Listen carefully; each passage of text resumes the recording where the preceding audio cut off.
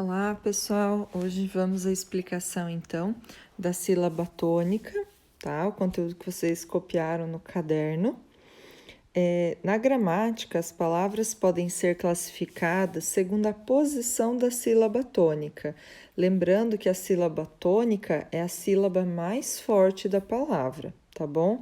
Essa sílaba tônica pode receber acento ou também pode ser sem acento. Toda palavra sempre vai ter uma sílaba que é a mais forte, que a gente, na hora de pronunciar a palavra, a gente coloca um pouco mais de entonação, tá bom? Assim, elas são chamadas de oxítonas, paroxítonas e proparoxítonas, tá? A sílaba tônica só pode ser a antepenúltima, a penúltima ou a última. Então, sempre que a gente for fazer a separação de sílabas e identificar qual é a sílaba mais forte, sempre a gente vai perceber que a sílaba mais forte numa palavra vai ser a última sílaba, a penúltima ou a antepenúltima, tá? Então, não vai ser nenhuma que não seja nenhuma dessas três, né? A última, penúltima ou a antepenúltima. Nós já vamos ver aqui os exemplos, vai ficar mais claro. Se a sílaba tônica for a antepenúltima, a palavra se chamará proparoxítona. Então, aqui eu tenho alguns exemplos de palavras que são proparoxítonas. O que isso significa? Que eu fiz a separação de sílabas e na hora que eu fui identificar a sílaba mais forte, eu percebi que foi a antepenúltima a sílaba mais forte, certo? Então, na palavra esplêndido, tá? Eu tenho aqui esplêndido. Esse plen aqui é a sílaba mais forte, que eu coloco mais entonação na hora de falar.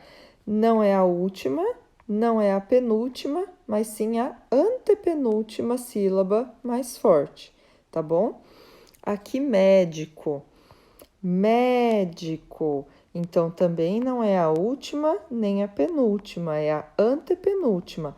O que vocês não podem se confundir é pensar que o mé está no início, é a primeira. A gente nunca conta a sílaba mais forte pelo início da palavra, tá? Sempre do final voltando, porque senão não daria certo. Aqui em esplêndido, por exemplo, seria a segunda e em médico seria a primeira. Então não dá certo. Tem que sempre contar da última voltando. Última, penúltima e antepenúltima. Aqui, última, penúltima e antepenúltima sílaba, tá bom? Aqui, por exemplo, na palavra esplêndido, eu tenho 1, 2, 3, 4 sílabas, tá? Como eu falei, sempre a sílaba tônica vai estar ou por último, né? A última sílaba, ou a penúltima, ou a antepenúltima. Essa daqui, que é a quarta vindo de trás para frente, nunca vai ser a sílaba mais forte na língua portuguesa, tá? Porque sempre vai ser as três últimas aqui da palavra a mais forte, tá bom? Aqui mais uma palavra, árvore. Não é a última nem a penúltima, é a antepenúltima sílaba mais forte. Então, proparoxítona, tá? Não posso considerar que é a primeira sílaba, tá? É sempre a antepenúltima, ok? Às vezes, na hora de identificar a sílaba tônica, nós ficamos com dúvida. Já aconteceu de alunos acharem que é outra sílaba mais forte, porque na hora de pronunciar a palavra não consegue identificar. Uma dica que eu dou, que até é engraçado, eu sempre brinco com os alunos, é de tentar sempre forçar as três últimas sílabas para ser a mais forte, e daí a gente consegue identificar fácil. Por exemplo, a palavra árvore. Eu falo arvore, arvore ou árvore. Então, aqui eu tentei forçar o re para ser a mais forte, ficou esquisito. Eu sei que não é certo. Arvore, não é? Arvore, para ser a penúltima mais forte, Também não tá certo. Então, o certo é árvore. Então, eu sei que o ar é a sílaba mais forte, tá? Então, se essa é a mais forte, então é proparoxítona, tá bom? Aí, se a sílaba tônica for a penúltima, então a palavra vai se chamar paroxítona, tá? Então, não confundo, aqui é proparoxítona e aqui é paroxítona, certo? Quais são os exemplos? Esquecido, somente, cafezinho, janela e fácil, tá? Então, aqui, esquecido não é o do, a sílaba mais forte, é o si, né? Então, aqui é a penúltima, né? Ó, última, penúltima. Então, se a penúltima é a sílaba mais forte, então se chama paroxítona. Somente o men aqui é a penúltima, então também é paroxítona. Cafezinho, então o zi é a mais forte, é a penúltima e paroxítona. E a mesma coisa em janela e fácil, tá? Aqui a questão do acento, vocês estão vendo que algumas palavras levam acento e outras não. E isso já cai para outro conteúdo que nós vamos ver, que é a regra de acentuação, que também precisa entender essa lógica da paroxítona, proparoxítona e ali da oxítona, tá bom? Mas por enquanto a gente só vai identificar as sílabas tônicas, tendo acento ou não tendo acento, tá? Lembra que toda palavra tem uma sílaba tônica, que é a sílaba mais forte. Independente se a palavra tem acento ou não, sempre vai ter a sílaba mais forte, tá bom? Aqui agora em oxítona.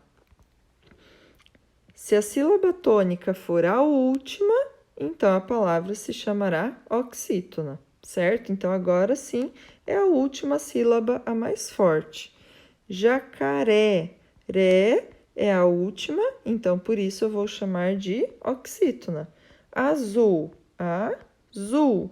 Zul aqui é a sílaba mais forte e é a última, então eu também chamo de oxítona.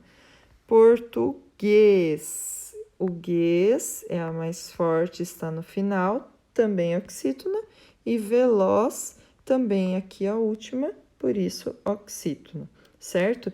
Então, não é porque não tem acento que não vai ter sílaba tônica, tá? Por isso que essas palavras que não têm acento, que a gente fica com dúvida, a gente tenta forçar todas as sílabas ali, as três últimas, para ver qual que é a mais forte, né? Porque daí assim a gente consegue identificar qual que é a sílaba tônica, tá?